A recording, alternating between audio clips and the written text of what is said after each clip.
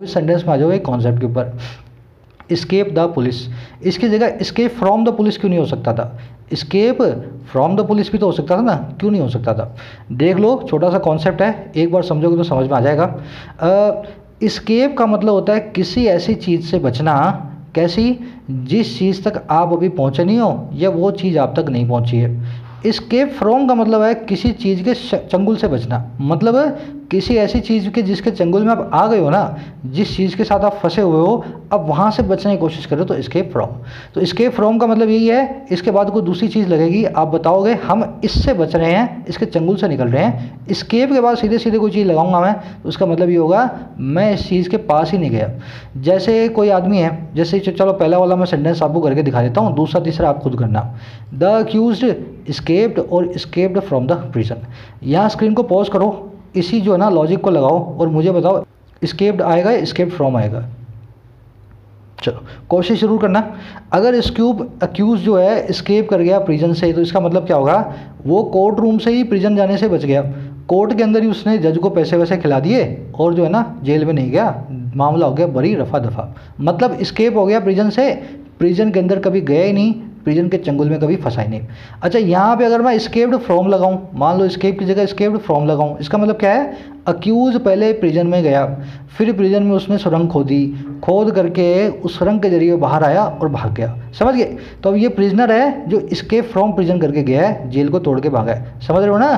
पहले केस और दूसरे केस में फ़र्क यही है, फ्रॉम प्रपोजिशन के कारण मुझे ये पता लग गया कि ये जेल गया उसके बाद भागा है या जेल गया उससे पहले भागा है। अगर नहीं लगी हुई तो जेल जाने से पहले भागा, लगी हुई है तो जेल जाने के बाद भागा। अगर इतना समझ गए तो दो क्वेश्चंस और हैं। इन्हीं दो क्वेश्चंस के अंदर दो मैंने ब्रैकेट्स दिए हैं, एस्केप और एस्केप फ्रॉम को आपको यूज़ करना है। अब देखो, हमेशा की तरह एटलीस्ट दो और एरर्स हैं ऐसे कॉन्सेप्ट्स पे जो मैं आपको पिछले 10-15 दिन में करवा चुका हूँ इन दो सेंटेंसेस के अंदर। कोशिश करो, एटलीस्ट दो ऐसी एरर्स हैं जो मैं आपको करवा चुका हूँ, आपको वो भी फाइंड आउट करनी है। तो दो क्वेश्चंस नहीं है, यहाँ पे 4 क्वेश्चंस हैं, चारों के जवाब कमेंट सेक्शन में डालो। गलत होते हैं तो मैं आपके सही कर देता हूँ, सही होते हैं तो आपको मैं एक लाइक दे देता हूँ, ठीक है? चलो आओ अभी सब फटाफट से इसके आंसर्स देख लेते हैं बाकी के दो क्वेश्चंस के। Make sure you try it first. अगर आपने ट्राई नहीं किया है और अगर आप गलत करने वाले थे तो आपको कभी नहीं पता लगेगा कि आप क्या गलती करने वाले थे। तो पहले गलती करो, उसके बाद सही करके देखना जो मैं बताऊं, ताकि आपको मालूम चले आपने क्या गलती की थी। Our neighbour Priya, who we have known for many years, escaped या escape from a car accident. अब देखो, एस्केप कब लगेगा, जो चीज़ कभी हुई नहीं, जिस चीज़ तक आप कभी पहुंचे नहीं। जैसे एक्यूज जो है प्रिजन तक नहीं पहुंचा था, तो हमने लगाया एस्केप, है ना, प्रिजन के बाहर से ही वो निकल गया। क्या कार एक्सीडेंट हो चुका है? अगर कार एक्सीडेंट हो चुका है तो उसको एस्केप कैसे किया जा सकता है? इस केस के अंदर उसने नैरोली एस्केप किया है, मतलब कार एक्सीडेंट होने से पहले वो बच गई है ना। कार एक्सीडेंट जो हुआ उसके पास से हो गया वो और वो बच गई। कहने का मतलब यह है, यहाँ पे एस्केप फ्रॉम इसलिए यूज़ नहीं कर सकता क्योंकि कार एक्सीडेंट कभी हुआ ही नहीं। तो उसने एक्चुअल में क्या किया है, एस्केप्ड अ कार एक्सीडेंट। अब इस सेंटेंस में एक और एरर है, वो मैं आपको बाद में बताता हूँ, पहले दूसरे वाले वो क्वेश्चन को जो है आपने सॉल्व करते हैं। एस्केप तो समझ गए ना, फ्रॉम इसलिए नहीं लगाया क्योंकि ये काम कभी हुआ ही नहीं, कभी कार एक्सीडेंट तक वो पहुंची ही नहीं, हुआ ही नहीं, तो मुझे एस्केप लगाना है। हो गया होता इसके चंगुल से बचती तो मैं एस्केप फ्रॉम लगाता हूँ। चलो, many professionals mention to have a drinking habit in order to escape या escape from the life of work pressure. बहुत सारे प्रोफेशनल्स ने ऐसा माना है, मेंशन किया है, बताया है कि उनको ड्रिंकिंग की हैबिट है, पीने की आदत है। और क्यों? इन ऑर्डर टू, इस काम को करने के लिए, और काम है एस्केप या एस्केप फ्रॉम करने का वर्क प्रेशर से।